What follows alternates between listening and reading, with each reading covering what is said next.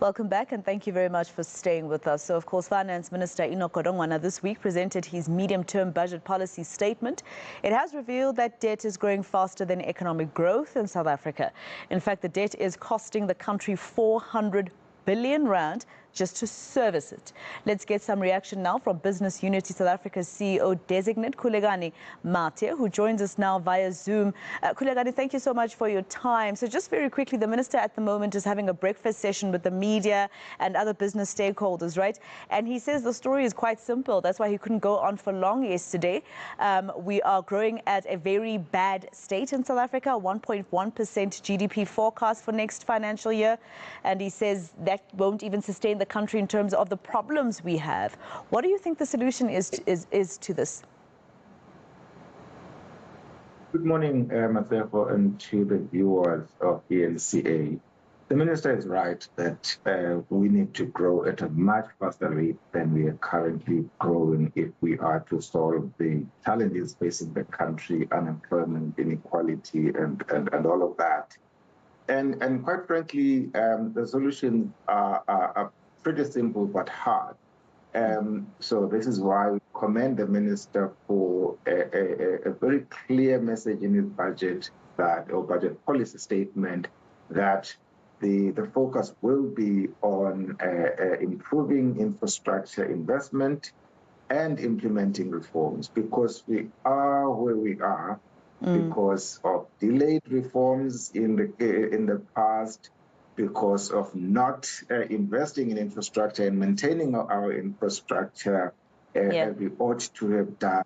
And so we do need to attend to those. These are the kind of things you cannot turn a blind eye to and hope to grow your economy.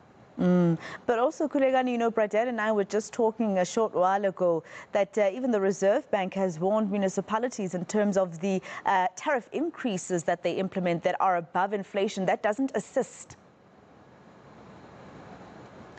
No, absolutely. So this is a sign of an economy that is in very serious strain, where on the one hand, we know the economy is not growing. We know that households are struggling. Exactly. But municipalities, on the other hand, also depend on generating revenues by charging for the services that they offer to households, in order to be able to continue providing those services. Yeah, but aren't they creating a vicious cycle? I mean, if you're going to go above inflation when already people can't afford it, then you come back and complain that people aren't paying.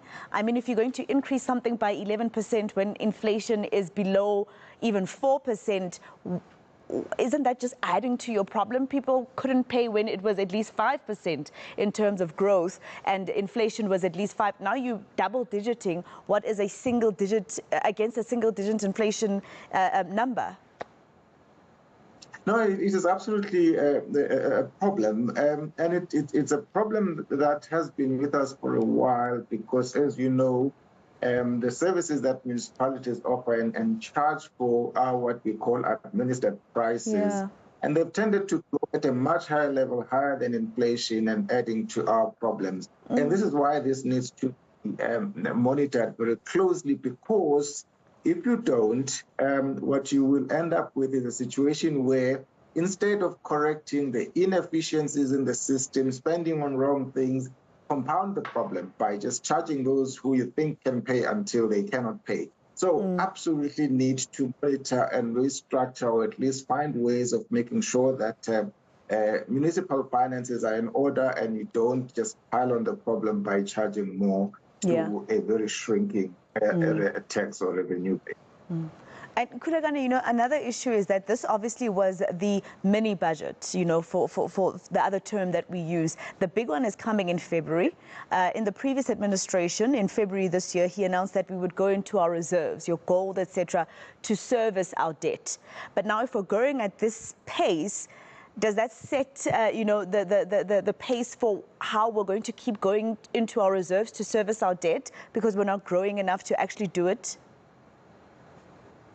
So our understanding of the reserves that the minister announced that government would go into in terms of closing the was a once-off initiative with obviously clear safeguards not to keep going back, because that in itself would be unsustainable and would have other consequences.